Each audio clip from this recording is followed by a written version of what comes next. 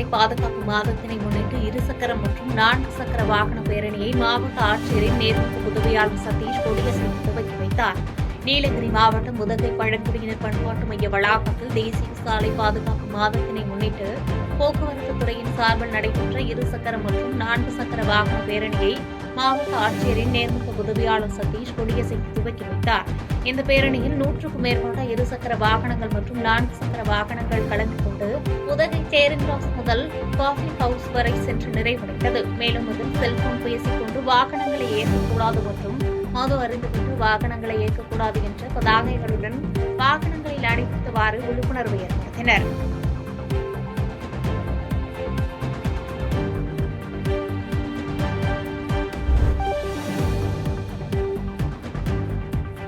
வாணியம்பாடி அருகே விடுதிகளில் தங்கி படிக்கும் பள்ளி மற்றும் கல்லூரி மாணவ மாணவிகளுக்கு நடைபெற்ற வாழ்க்கை வழிகாட்டு நிகழ்ச்சியில் மாவட்ட ஆட்சித்தலைவர் பங்கேற்றார். திருப்பத்தூர் மாவட்டம் வாணியம்பாடி இஸ்லாமிய ஆண்கள் கல்லூரியில் பிற்படுத்தப்பட்டோர், மிக பிற்படுத்தப்பட்டோர் மற்றும் சிறுபான்மையினர் நல விடுதிகளில் தங்கி பயிலும் 10ஆம் வகுப்பு, 12ஆம் வகுப்பு மற்றும் கல்லூரி மாணவ மாணவிகளுக்கான வாழ்க்கை வழிகாட்டு நிகழ்ச்சி மாவட்ட ஆட்சித்தலைவர் தலைமையில் நடைபெற்றது. பிற்படுத்தப்பட்டோர், மிக பிற்படுத்தப்பட்டோர் மற்றும் சிறுபான்மையினர் நலத்துறை மற்றும் வேலைவாய்ப்பு மற்றும் பயிற்சித்துறை இணைந்து நடத்திய இந்த நிகழ்ச்சியில் உரையாற்றிய மாவட்ட ஆட்சித்தலைவர், மனம் என்ன நம்புகிறதோ அதையே அடையும் என்றும், இலக்கை நிர்ணயித்து பயணித்தால் நிச்சயம் வெற்றி அடைவீர்கள் என்றும் மாணவ மாணவிகளுக்கு ஊக்கமளித்தார்.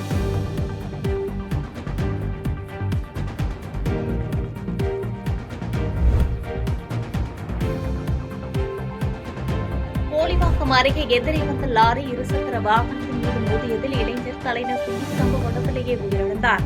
திருவள்ளூர் அடுத்த குப்பம் கண்டிகை பகுதியைச் சேர்ந்தவர் தீபன்ராஜ். இவர் கோலிவாக்கம் சத்திரம் பகுதியில் உள்ள தனியார் நிறுவனத்திற்கு இருசக்கர வாகனத்தில் தனது 2 நண்பர்களுடன் சென்று கொண்டிருந்த போது திருவள்ளூர் ஸ்ரீபெரும்புதூர் நெடுஞ்சாலை கோலிவாக்கம் அருகே எதிரே வந்த லாரி மோதியதில் தீபன்ராஜ் தலைநசுங்கி சம்பவ இடத்திலேயே உயிரிழந்தார். உடன் வந்த 2 நண்பர்கள் சிறு காயங்களுடன் உயிர் தப்பிய நிலையில் மருத்துவமனையில் அனுமதிக்கப்பட்டு சிகிச்சை பெற்று வருகின்றனர். தகவல் அறிந்த மணவாள நகர் போலீசார் வழக்கு பதிவு செய்து தீபன்ராஜின் உடலை மீட்டு ஆம்புலன்ஸ் வாகனம் மூலம் திருவள்ளூர் மாவட்ட அரசு மருத்துவக் கல்லூரி மருத்துவமனைக்கு பிரேத பரிசோதனைக்காக அனுப்பி வைத்தனர். உயிரிழந்த தீபன்ராஜுக்கு திருமணமாகி 8 மாதத்தில் குழந்தை பெற்றுள்ளது குறிப்பிடத்தக்கது.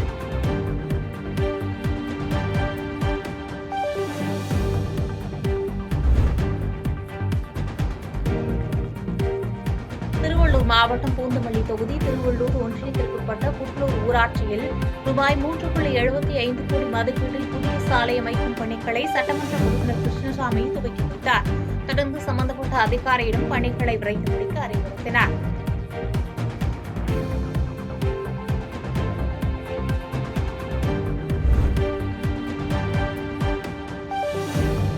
கபடி போட்டியில் தாக்கப்பட்ட தமிழக கபடி வீராங்கனைகள் பத்திரமாக சென்னை திரும்பியுள்ளனர்.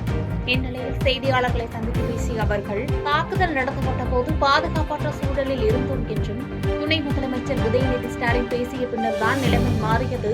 தமிழக அரசின் தலையீட்டால் தாங்கள் பாதுகாப்பாக டெல்லி அழைத்து செல்லப்பட்டோம். டெல்லி தமிழ்நாடு இல்லத்தில் தங்க வைக்கப்பட்டு பாதுகாப்பாக சென்னை அழைத்து வரப்பட்டோம் என்று கூறினர். நாங்கள் மட்டும் குவார்டர் ஃபைனல்ஸ் வரைக்கும் செலக்ட் ஆனோம். குவார்டர் ஃபைனல்ஸ் மேட்ச்ல கடைசி 5 நிமிடங்களில் நடைபெற்ற பிளேயர்ஸ்க்கு நடுவில் ஒரு தகராறுல நம்ம மாணவிகளுக்கு சில பேருக்கு காயங்கள் ஏற்பட்டு ஒரு சில நேரம் ஒரு தள்ளுமுள்ளு ஏற்பட்டுருச்சு. அதுக்கப்புறம் உடனடியாக நான் என்னுடைய கல்லூரிக்கு, எங்களுடைய பல்கலைக்கழகங்களுக்கு எல்லாருக்கும் தெரிவித்த தகவல் மூலியமாகவும் எங்களுடைய லோக்கலில் இருந்த உணவுத்துறை அமைச்சர், எங்களுடைய HRNC மினிஸ்டர் சார், அப்புறம் டெபுட்டி CM சாரே நேரடியாக கால் பண்ணி எங்ககிட்ட கேட்டதுக்கப்புறம், அதாவது லோக்கல் DSP எங்கள் பக்கத்தில் உட்காந்துருக்கிறாரு என்கொயரி பண்ணுறதுக்காக. அந்த நிமிஷம் சார் எங்களுடைய டெப்டி CM கூப்பிடுறாங்க அப்படின்னு சொல்லி நான் ஃபோனில் பேசினதுக்கப்புறம், ஒரு கபடி வீராங்கனைக்காக, தமிழ்நாட்டிலேருந்து பார்ட்டிசிபேட் பண்ண வீராங்கனைக்காக அவங்க மாநிலத்திலேருந்து அவங்க டெப்டி CMஏ கால் பண்ணி பேசுகிறாங்கன்னு தெரிஞ்சதுக்கப்புறம் அவங்களுடைய ட்ரீட்மெண்ட்டே ரொம்ப வேறு மாதிரி இருந்தது. அதுக்கப்புறம் லோக்கல் போலீஸ் எல்லாரும் வந்து ரொம்ப பாதுகாப்பாக எங்களை அனுப்பி வச்சாங்க சார். இது because of our Tamil Nadu government support only we are safe here now.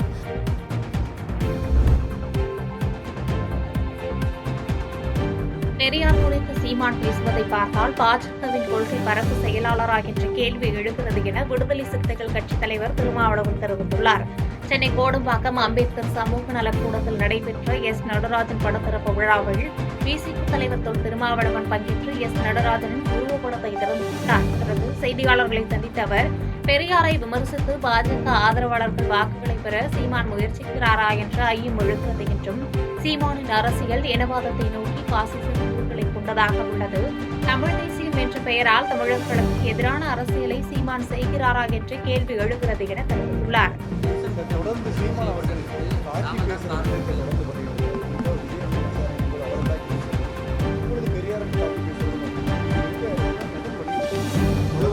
ஒரு கவன ஈர்ப்புக்காக அதை அவர் கையாளுகிறார் என்றுதான் எண்ண தோன்றுகிறதே தவிர, அவர் கருத்தியல் அடிப்படையிலே எந்த விவாதத்தையும் வலுவாக வைக்கவில்லை. தனிநபர் தாக்குதல்கள், கட்சி மீதான கடுமையான விமர்சனங்கள் என்று அவருடைய அரசியல் ஒரு இனவாதத்தை நோக்கி பாசிச கூறுகளை கொண்டதாக பரிணாமம் பெற்று வருகிறது. அது அவருடைய எதிர்காலத்திற்கும் நல்லதல்ல என்பதை ஏற்கனவே நான் சுட்டிக்காட்டியிருக்கிறேன். மீண்டும் அதை சுட்டிக்காட்ட விரும்புகிறேன்.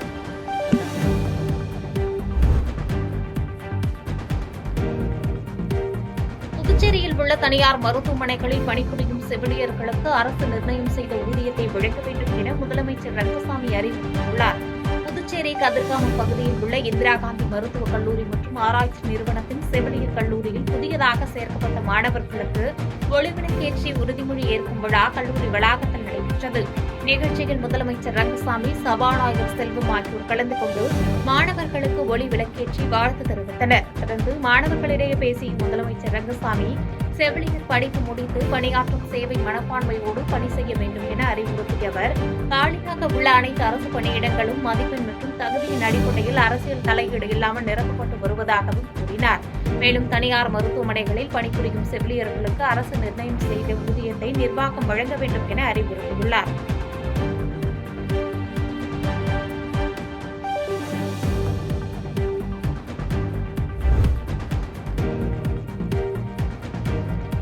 இலங்கை கடற்படையின் துப்பாக்கிச் சூட்டால் காயமடைந்து யாழ்ப்பாணம் மருத்துவமனையில் சிகிச்சை பெற்று வரும் காரைக்கால் பகுதியைச் சேர்ந்த செந்தமிழ், நாகப்பட்டினத்தைச் சேர்ந்த பாபு மேல் சிகிச்சைக்காக இந்தியா கொண்டுவர நடவடிக்கை எடுக்கப்பட்டு வருவதாக புதுச்சேரி மீன்வளத்துறை அமைச்சர் லட்சுமி நாராயணன் தெரிவித்துள்ளார். எல்லை தாண்டி மீன்பிடித்ததாக புதுச்சேரி, காரைக்கால் மீனவர்கள் உட்பட நாகப்பட்டினம், மயிலாடுதுறை பகுதிகளைச் சேர்ந்த 13 மீனவர்களை நேற்று இரவு இலங்கை கடற்படையினர் துப்பாக்கி சூடு நடத்தி மீன்பிடி படகுகளுடன் கைது செய்தனர். இதில் காரைக்கால் கிளிஞ்சல்மேடு பகுதியைச் சேர்ந்த மீனவர் செந்தமிழன் காலில் குண்டடிப்பட்டும், நாகப்பட்டினம் நம்பியார் நகரைச் சேர்ந்த பாபு லேசான காயங்களுடன் யாழ்ப்பாணம் மருத்துவமனையில் சிகிச்சைக்காக அனுமதிக்கப்பட்டுள்ளனர். இந்நிலையில் இச்சம்பவம் குறித்து செய்தியாளர்களை சந்தித்த புதுச்சேரி மீன்வளத்துறை அமைச்சர் லட்சுமி நாராயணன், எல்லை தாண்டி மீன்பிடித்ததாக புதுச்சேரி, காரைக்கால் மற்றும் தமிழக மீனவர்கள் உட்பட 13 பேரை இலங்கை கடற்படையினர் கைது செய்துள்ளனர். மேலும் அவர்கள் மீது துப்பாக்கிச் சூடும் நடத்தியுள்ளனர். துப்பாக்கிச் சூட்டில் காலில் குண்டடிப்பட்டுள்ள காரைக்காலை சேர்ந்த செந்தமிழுக்கு யாழ்ப்பாணம் மருத்துவமனையில் சிகிச்சை அளிக்கப்பட்டு வரும் நிலையில் அவருக்கு அறுவை சிகிச்சை செய்ய வேண்டும் என அறிவுறுத்தப்பட்டுள்ளது. எனவே செந்தமிழ் உள்ளிட்ட இருவரையும் மேல் சிகிச்சைக்காக உடனடியாக இந்தியா அழைத்து வர நடவடிக்கை எடுக்கப்பட்டு வருகிறது என்றும், கைது செய்யப்பட்டுள்ள அனைவரையும் உடனடியாக விடுவித்து நாடுக்கு அழைத்து வருவதற்கான ஏற்பாடுகளையும் தீவிரப்படுத்தியுள்ளதாக தெரிவித்தார். தகவல் வந்திருக்கிறது. செந்தமிழன் கொஞ்சம் அதிகமாக காயப்பட்டிருக்கிறது. வடிவேல் பாபு என்பவருக்கு கொஞ்சம் சிறிய காயம் ஏற்பட்டதாக தகவல் வந்திருக்கிறது. இந்த இருவரும் யாழ்ப்பாணம் அரசு மருத்துவமனையில் சேர்க்கப்பட்டிருக்கிறார்கள். அவரது குடும்பத்தைச் சார்ந்தவர்கள் மிக வருத்தத்துடன் மிகுந்த ஆழ்ந்த கவலையோடு இருக்கிறார்கள். அவருடைய புதுச்சேரி அரசு அவரை உடனடியாக மீட்டு நமது நாட்டிற்கு அழைத்து வருவதற்கான ஏற்பாடுகளை நம்முடைய மாண்புமிகு முதல்வர்கள் விரைந்து நடவடிக்கை எடுத்துக்கொண்டிருக்கிறார்கள். மத்திய அரசிடம் பேசி அந்த கைது செய்யப்பட்ட அனைத்து மீனவர்களையும், குறிப்பாக காயம்பட்டவர்களை உடனடியாக இந்தியாவிற்கு, நமது புதுச்சேரிக்கு சிகிச்சைக்காக அழைத்துவதற்கான ஏற்பாடுகளை செய்வதற்கான முயற்சிகளை புதுச்சேரி அரசு ஈடுபட்டுக் கொண்டிருக்கிறது. விரைவில் மத்திய அரசினுடைய ஒத்துழைப்போடு அவர்கள் புதுச்சேரிக்கு கொண்டு வரப்படுவார்கள்.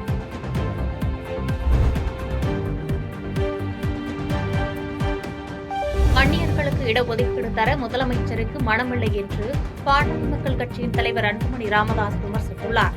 சேலத்தில் இன்று நடைபெற்ற பாமக கூட்டத்தில் வன்னியர்களுக்கு 10.5% இடஒதுக்கீடு தர முதலமைச்சர் ஸ்டாலினுக்கு விருப்பமில்லை என்றும், தமிழகத்தில் இனி எந்த கட்சியும் கூட்டணி தயவின்றி தனியாக ஆட்சிக்கு வர முடியாது என பாமக தலைவர் அன்புமணி ராமதாஸ் கூறியுள்ளார். தமிழக வரலாற்றில் வன்னியர்களுக்கு அதிகம் துரோகம் செய்த முதலமைச்சர் என்ற என்றால் மு.க.ஸ்டாலின் தான் என்றும், எல்லா மக்களுக்காகவும் பாமக பாடுபடுகிறது என்றும், அனைத்து சமுதாய மக்களும் தங்களை தவறாக புரிந்து கொண்டிருக்கிறார்கள் என்றும், தமிழ்நாட்டில் உள்ள மக்கள் அனைவருக்கும் ஒரு தாய் மக்களாக நினைத்து பாடுபடுவோம், வஞ்சனை இருக்காது என்று கூறினார். தாய்மார்கள் நினைத்தால் மாற்றத்தை கொண்டு வர முடியும், ஆட்சி மாற்றத்தை கொண்டு வர முடியும் என்று தெரிவித்தார்.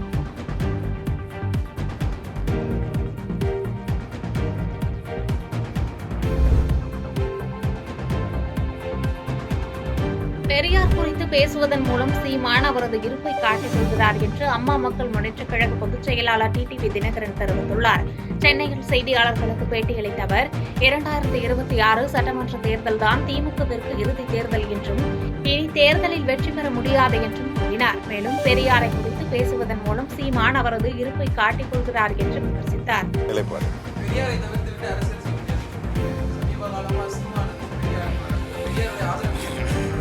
அதுதான் சொல்கிறேன். பெரியார், தந்தை பெரியார் அவர்கள் தமிழ்நாட்டிற்கு, தமிழ் சமூகத்திற்கு செய்த பணிகள், அவர் செய்த சீர்திருத்தங்கள் எல்லாம் ஏராளம். அதை ஆதரித்தோ அல்லது எதிர்த்தோ பேசிதான் ஒவ்வொருவர்கள் சிலர் தங்கள் நிலைப்பாடு, தங்கள் இருப்பையே காட்டிக்கொள்கின்ற அளவிற்கு இன்றைக்கு தமிழ்நாடு இன்றைக்கு இருக்கிறது. அதான் நிலைமை. அவர் சீமான் கடந்த ஆண்டுகளில் பெரியாரை பற்றி எப்படியெல்லாம் பேசினாரோ, எப்படி புகழ்ந்து பேசினார் என்பது எல்லோருக்கும் தெரியும். இன்றைக்கு அவர் மாறி பேசுவதற்கு காரணம் என்ன என்று அவருக்கு தான் தெரியும். அதனால் பெரியாரையும் பேரறிஞர் அண்ணாவையும் புரட்சி தலைவரையும் சுட்டி காட்டாமல் ஆதரவாகவோ எதிராகவோ பேசினால்தான் இன்றைக்கு அரசியலில் இருப்பே தெரியுங்கிற நிலைமை தான் இன்றைக்கு.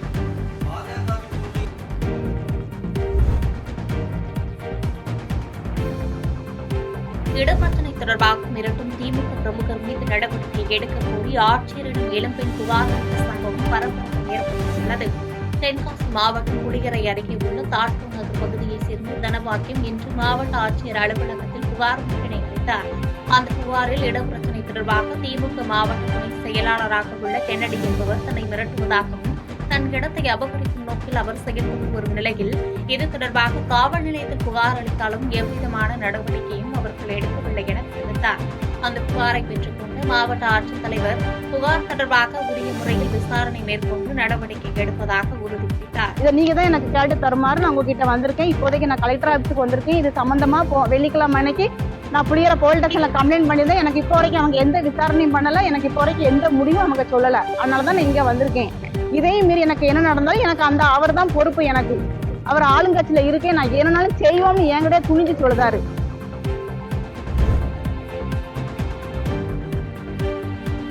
சாலை பாதுகாப்பு மாதத்தினை முன்னிட்டு தலைக்கவசம் அணிவதன் அவசியம் குறித்த விழிப்புணர்வு பேரணி திண்டுக்கல்லில் நடைபெற்றது. திண்டுக்கல் வட்டார போக்குவரத்து அலுவலகம் சார்பாக தலைக்கவசம் அணிவதன் அவசியம் குறித்த இருசக்கர வாகன விழிப்புணர்வு பேரணி நடைபெற்றது. இதனை மாவட்ட துணை காவல்துறை கண்காணிப்பாளர் சிவின் கொடியசைத்து துவக்கி வைத்த நிலையில் இந்த பேரணியானது மாவட்ட ஆட்சியர் அலுவலகத்திலிருந்து தொடங்கி முக்கிய வீதிகள் வழியாக வலம் வந்து வடக்கு காவல் நிலையத்தை அடைந்தது. இந்த பேரணியில் போக்குவரத்து காவலர்கள் மற்றும் இருசக்கர வாகன விற்பனை நிலைய ஊழியர்கள் தலையில் கவசம் அணிந்து விழிப்புணர்வு பதாகைகளை வாகனத்தில் பிடித்தவாறு விழிப்புணர்வு ஏற்படுத்தினர். இந்நிகழ்வில் வட்டார போக்குவரத்து அலுவலர் கார்த்திகேயன், மோட்டார் வாகன ஆய்வாளர் இளங்கோ மற்றும் போக்குவரத்து காவல்துறை ஆய்வாளர் பழனிசாமி ஆகியோர் கலந்து கொண்டனர்.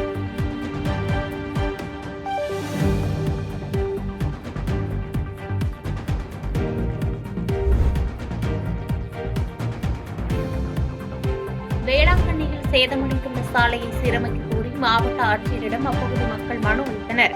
நாகப்பட்டினம் மாவட்டம் வேளாங்கண்ணி உத்திரிய மாதா கோவில் தெருவில் உள்ள சாலை சேதமடைந்து குண்டும் குழியுமாக காட்சியளிக்கிறது. மேலும் ரயில் நிலையத்திலிருந்து வேளாங்கண்ணி பேராலயம் செல்லும் முக்கிய சாலையில் மழைநீர் வடிகால் இல்லாததால் மழைநீர் சாலையிலேயே தேங்கும் நிலையும் ஏற்பட்டு வருகிறது. இதனால் அப்பகுதியில் வசிப்பவர்களும் சுற்றுலா பயணிகளும் பாதிக்கப்படுவதாக இன்று மாவட்ட ஆட்சியரிடம் அப்பகுதியினர் மனு அளித்தனர். மேலும் சாலையை சீரமைக்கவும் மழைநீர் வடிகால் அமைத்து தர வேண்டும் என்று மாவட்ட ஆட்சியரிடம் கோரிக்கை வைத்தனர்.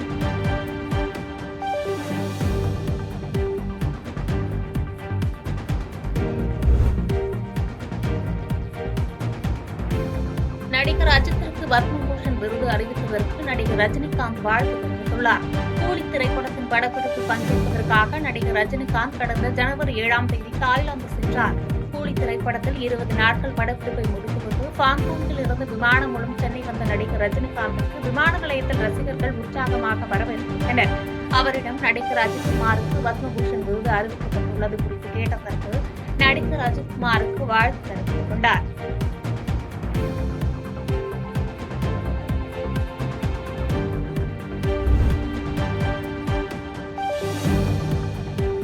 யார் துணை முதலமைச்சர் ஆக வேண்டும் என்பதை முதலமைச்சர் தான் முடிவு செய்ய வேண்டும் என துணை முதலமைச்சர் உதயநிதி ஸ்டாலின் தெரிவித்துள்ளார்.